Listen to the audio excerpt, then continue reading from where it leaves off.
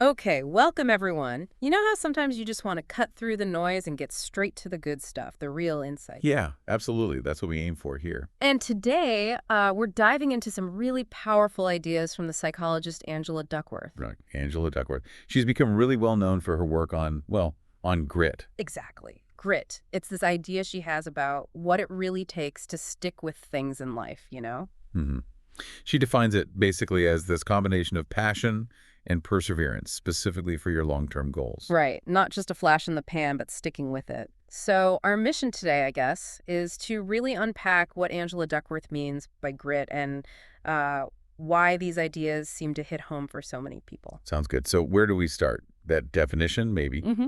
For Angela Duckworth, grit is, it's like running a marathon, not a sprint. Yeah, that's a good way to put it. It's about that sustained effort, that commitment over time, not just days or weeks, but months, years even. Exactly. Towards those really big, meaningful things you're aiming for.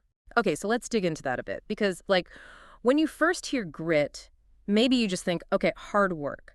But Angela Duckworth argues it's more nuanced, Really? especially compared to, say, talent or IQ, Yeah, that's one of her core arguments, isn't it? That grit is often a better predictor of success than raw talent or intelligence. which is kind of counterintuitive sometimes, you think? We often put so much emphasis on natural ability. We do. But Angela Duckworth's research suggests that while talent might get you started, it doesn't guarantee you'll finish. That stick-to-itiveness, that perseverance, that's often the decider. And the really hopeful part, I think, from her work is that grit isn't fixed. It's not something you're just, born with or without. Absolutely. She makes a strong case that it's something you can actually develop, cultivate within yourself. It's learnable. So it's not just about working hard then, because Angela Duckworth also talks about working smart, doesn't she? And how passion fits in. Right, that's crucial. It's not mindless grinding. The passion piece is key. You need to be working hard on something you genuinely care about, something that aligns with your interests. Because otherwise, that perseverance just, it wouldn't last, would it? If you're pushing hard on something you hate. Exactly. That passion fuels the perseverance. It makes the effort feel worthwhile, meaningful. Angela Duckworth really emphasizes that connection. When you're engaged, the challenges feel, well, more like hurdles to overcome than reasons to quit. And she has some great examples to back this up, right? The people she studied. Oh, yeah. Really diverse groups, like cadets getting through the grueling first summer at West Point, the Beast Barracks, Right. Intense stuff. or kids competing in the National Spelling Bee. The sheer dedication and focus required there is incredible. Mm-hmm. And even like salespeople, wasn't it? Yeah. Facing rejection day in, day out. Yep. Salespeople, teachers in tough schools.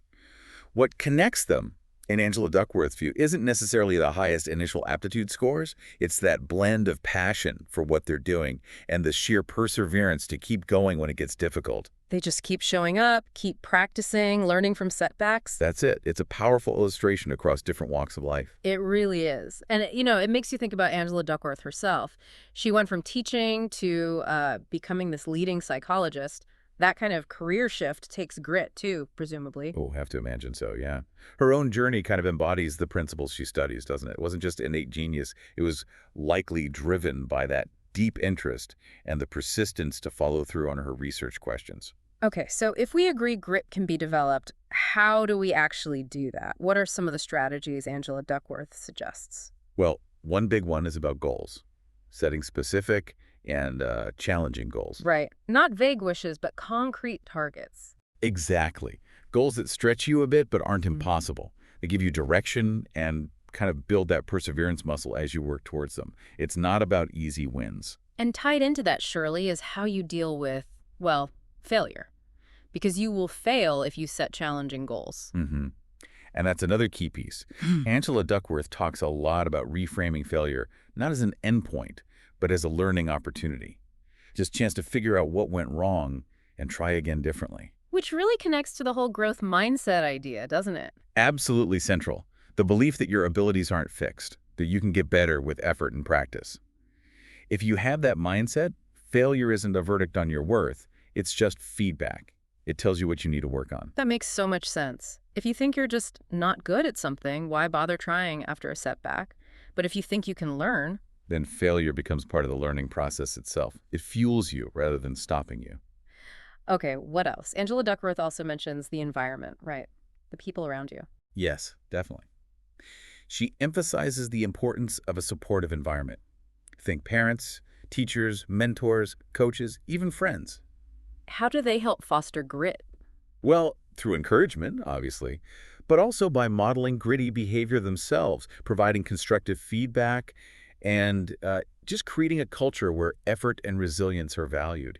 Especially important for kids, she argues. Which leads naturally into thinking about education, I suppose. If grit is so important and learnable, should schools be teaching it? That's a big implication of Angela Duckworth's work. She suggests maybe we should focus not just on academic knowledge, but also on developing these kinds of character strengths, like grit. How would that even work? Measuring grit in Well, schools? that's part of the ongoing discussion, isn't it? How do you measure it effectively? How do you foster it without, just adding more pressure? But the idea is to better equip students for long-term success, both in school and beyond. Interesting. So Angela Duckworth also breaks grit down further, doesn't she? Into like four key components. She does, yeah. Which can be helpful for understanding it better, she talks about. Interest, practice, purpose, and hope. Okay, so interest is just liking what you do. Basically, yeah. That initial spark, that fascination that gets you started and keeps you engaged, you got to enjoy it, at least somewhat. Then practice. But not just any practice. Deliberate practice. Focusing on improvement, pushing your limits, seeking feedback. It's about quality of effort, not just quantity. Got it. And purpose. That's about connecting your work to something bigger than yourself. Believing that what you're doing matters, that it contributes something valuable. That gives your effort meaning. And the last one, hope. That sounds important. It is, but it's not just wishful thinking. It's the expectation that your own efforts can improve your future. It's about resilience, believing you can overcome setbacks and find a way forward. It's kind of a growth mindset applied to your future outlook. So these four things, interest, practice, purpose, hope, they all kind of weave together to create grit. Exactly. They feed into each other. Hmm. And Angela Duckworth argues you can intentionally work on strengthening each of these pillars to grow your overall grit. You cultivate your interest, you commit to that deliberate practice, you find or deepen your sense of purpose, and you maintain that hopeful, resilient mindset. Precisely. And one more thing she found, culture matters. Being around other gritty people helps. Oh, right. Like grit is contagious. In a way, yeah. Being in an environment where perseverance and passion are the norm, where people support each other through challenges, that can definitely boost your own grit. Social influence is powerful. Okay, this is all really compelling stuff. So for listeners thinking, I want to understand this better, maybe apply it, the obvious recommendation is, Angela Duckworth's book, Grit, The Power of Passion and Perseverance. Absolutely. yeah, we definitely recommend grabbing a copy. Why do you think it's such a must-have? Well, first off, it just offers this really different, empowering perspective on success, doesn't it? Shifting the focus from just talent to effort and perseverance. It's huge. Totally. And it's not just, feel-good ideas. It's backed by research. But she presents it in a really accessible, practical way. Right. You get actionable strategies, tools you can actually use to build resilience, to stick with things. It's not just theory. Mm-hmm. And it really helps you think about those long-term goals, how to stay motivated when things inevitably get tough, how to keep going. Yeah, it gives you a framework for that. And what I love is how widely applicable it is. Oh, for sure. It's not just for athletes or spelling bee champs. It's relevant if you're like starting a business, learning an instrument, raising kids, leading a team. Just navigating life's challenges, really. The principles apply everywhere. It really feels like one of those books that can genuinely shift your mindset, The ideas kind of stick with you. Definitely. It challenges assumptions and highlights the potential we all have if Yeah. we cultivate that passion and perseverance. A lasting impact, for sure. So wrapping up, the core message from Angela Duckworth is pretty clear, isn't it? Yeah. Passion plus perseverance equals grit. And grit is a powerful driver of achieving those meaningful long-term goals. It encourages you to value dedication, commitment, resilience, maybe even more than just innate ability. Right. It puts more power back in your own hands. So maybe a final thought for everyone listening to chew on. Take a moment and think about your own big goals right now. How might consciously focusing on cultivating your passion and really dialing up your perseverance, how might that change your approach? Yeah, how could actively working on your grit reshape how you tackle those ambitions? Definitely something worth reflecting on.